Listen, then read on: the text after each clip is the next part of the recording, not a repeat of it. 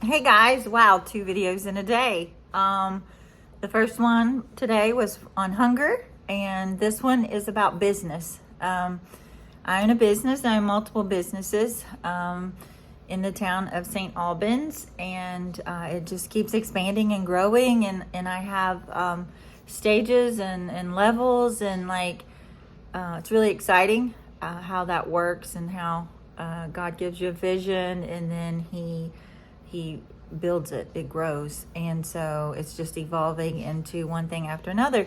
And that's very exciting. I was listening to a talk on TD Jakes this morning. It was a motivational talk. And he was talking about his entrepreneurship. Well, I meant like his businesses. He was talking about how when he hires people, what he does, and how he doesn't hire people like him, but he hires people that are his weaknesses, because normally if you hire someone that is an expertise in what you are, then you are competing, or eventually they will compete with you, and you don't need someone competing with you, you need someone that completes you.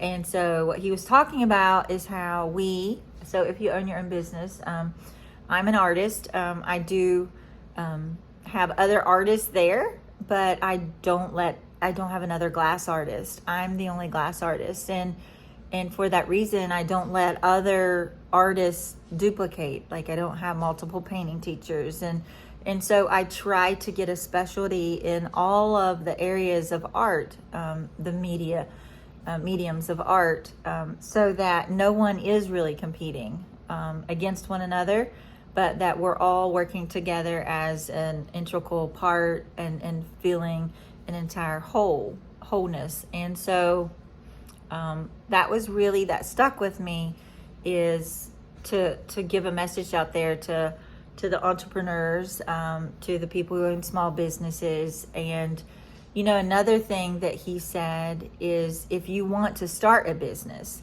and my mind is constantly just trying to come up with, I don't try, it just automatically pops in my head. Like, I had this conversation with one of the teachers at work today, and she was talking about how she loved to organize. And I was like, there's a great need in that. People don't like to organize. People don't even have the skills to do it.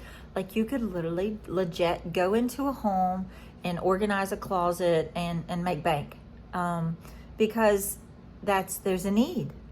So if you are wanting to own your own business, I think what you do is, what in your area, or what in a person's life, that you see a need or a problem to solve.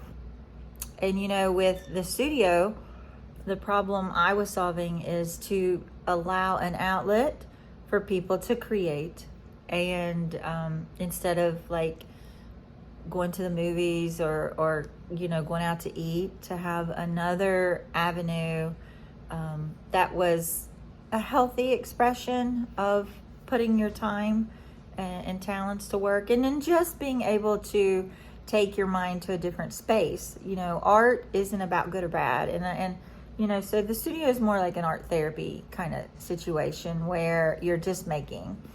And even if you're not feel like you're an artist, an artist is the definition as one who creates. And so we are all artists, and the greatest artist, God, created all of us, and he said that he created us in his image. So if he's the greatest artist, then we've got that inside of us. We just haven't tapped into it yet.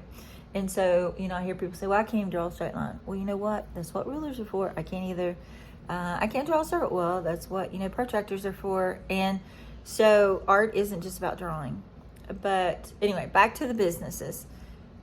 I tell my students all the time, like, they want to earn money, and I work in alternative school, and I was like, hey, have you ever thought about getting a bottle of Windex and a roll of paper towels, and just knocking on doors and say, hey, can I clean your outside windows? Nobody likes to do that.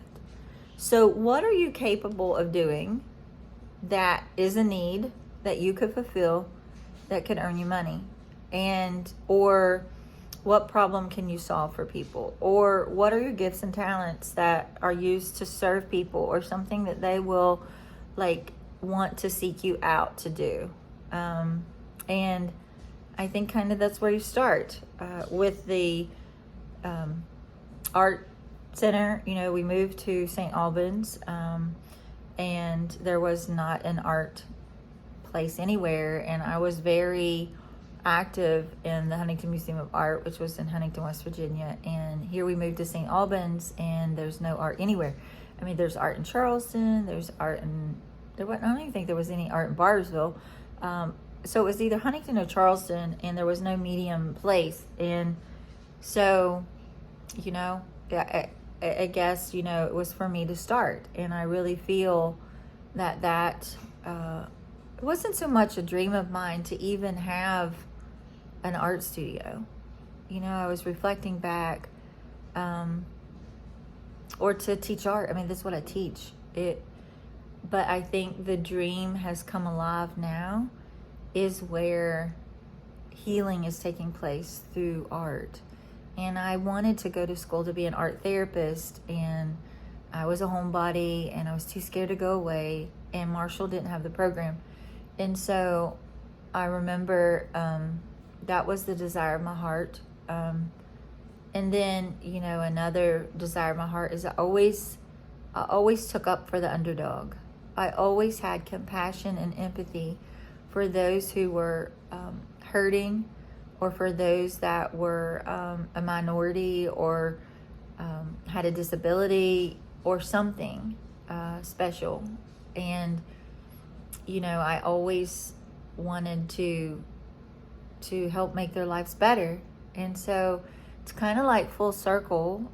What God has done in my life is He's taken my passion for the alternative ed, which I work with kids who are broken, who have a lot of brokenness in their life. And I don't want to say they're broken because they're repairable, but they're hurting deeply. And we all are. But in this situation, these kids their environments are really toxic and unhealthy, and they've made choices that were bad. And so I'm allowed to take art, the talent that I have, the passion of helping heal, which I'm not a healer myself. God is.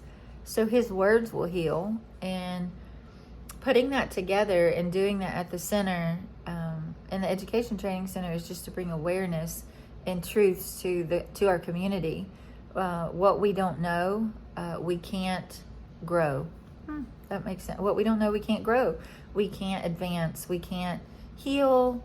We can't elevate. We can't thrive. So, you know, God's just doing a mighty work in the business. And then, you know, just more businesses are being added as time goes along, and He reveals things to me, and I just implement those. So I think if you are wanting to work for yourself, get with God, you know, help Him search your soul, help Him search your heart, find out what you're passionate about. Is there a need? Like, if there's a need, like, ask that question. Or can I solve a problem with my gift? Or and yeah, go for it. You know, like, if you got the backing and God's given you the vision, and you just have the desire in your heart, that means something. Don't be scared. Don't be afraid. I'm not saying quit your day job. I mean, I have a day job, and I have another day job. So sometimes our dreams have to be supported by our day jobs, and we work on that on the side. And that's what I've done with the center. I can't afford to just make that my job and retire. But I can offset it, and I can still be passionately pursuing my dreams and my destiny, and also be walking and working in purpose. And so it really is good.